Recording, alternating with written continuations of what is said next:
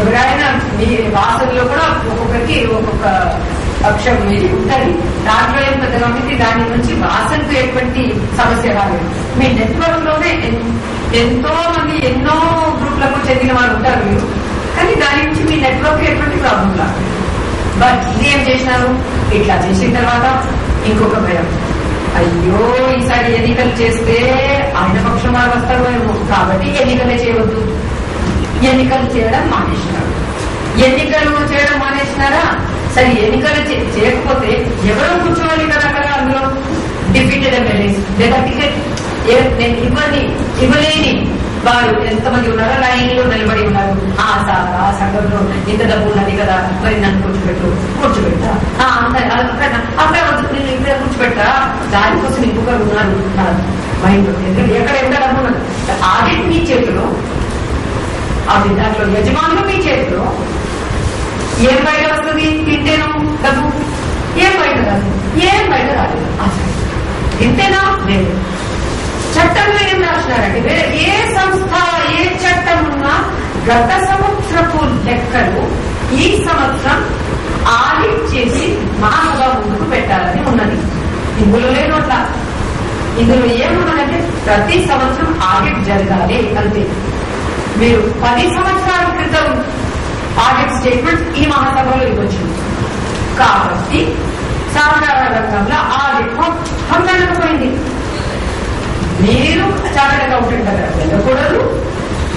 Minimum మేము చేయము, మేము మీకు ఎన్నికలు కూడా పెట్టము, మా మనుషులను పెట్టుకుంటాము, వాళ్ళు తింటారు, మీది ఏం పడింది అంత మేమే కదా బయట నుంచి ఎక్కడ తెస్తున్నాం కదా అని చెప్తే శక్తి షుగర్స్ అని విన్నారా ఎవరైనా? శక్తి షుగర్స్ అని పెద్దగా కోయంబత్తూరులో ఒక మహాలింగం అని వాళ్ళు ఉన్నారు, తమిళనాడులో పెద్ద ఇండస్ట్రియలిస్ట్. ఆయన చాలాసార్లు చెప్పేవాడు, ఆయన ఒక మంచి వ్యవసాయ సహకార సంఘం ఏర్పాటు చేసినారు, షుగర్ ఫ్యాక్టరీ ఏర్పాటు చేసినారు, కోఆపరేటివ్ లో కోఆపరేటివ్ బ్యాంక్ ఏర్పాటు చేసినారు.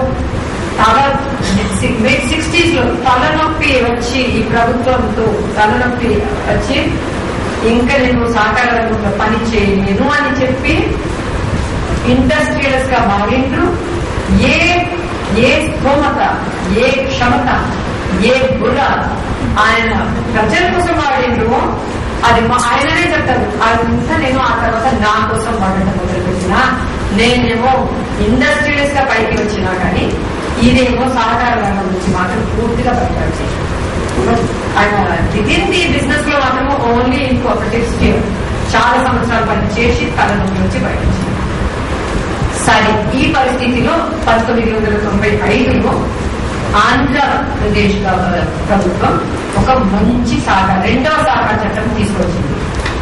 అందులో ఏం చేసినారంటే ఏ సహకార సంస్థ ప్రభుత్వం నుంచి బాగా అడగదో అటువంటి ప్రభుత్వం నుంచి అప్పు తీసుకోవచ్చును. అప్పు తీసుకుంటే ఒప్పందం ప్రకారం ప్రభుత్వం దానిపైన అదుపు చేయవచ్చు. చట్ట ప్రకారం ఎటువంటి అదుపు ఉండదు ప్రభుత్వానికి, కానీ ఒప్పందంలో మీరు ఒప్పుకుంటే మీరు అడుగు తీసుకోండి, ప్రభుత్వం పెట్టిన షరతు మీకు నచ్చితే తీసుకోండి, వద్దు అంటే ప్రభుత్వం నుంచి డబ్బు తీసుకోగలరు. చాలా మంచి ఐడియా చేసినారు.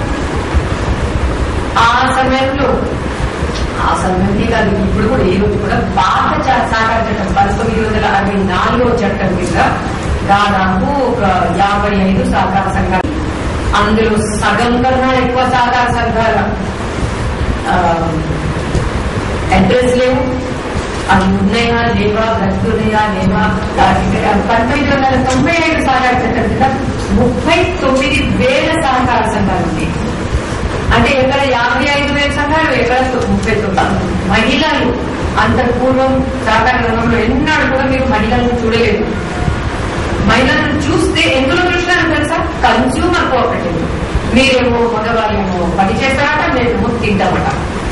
సో కన్స్యూమర్ సొసైటీస్ లో మహిళలు, ప్రొడ్యూసర్ కోఆపరేటివ్ లో ఏమో పురుషులు.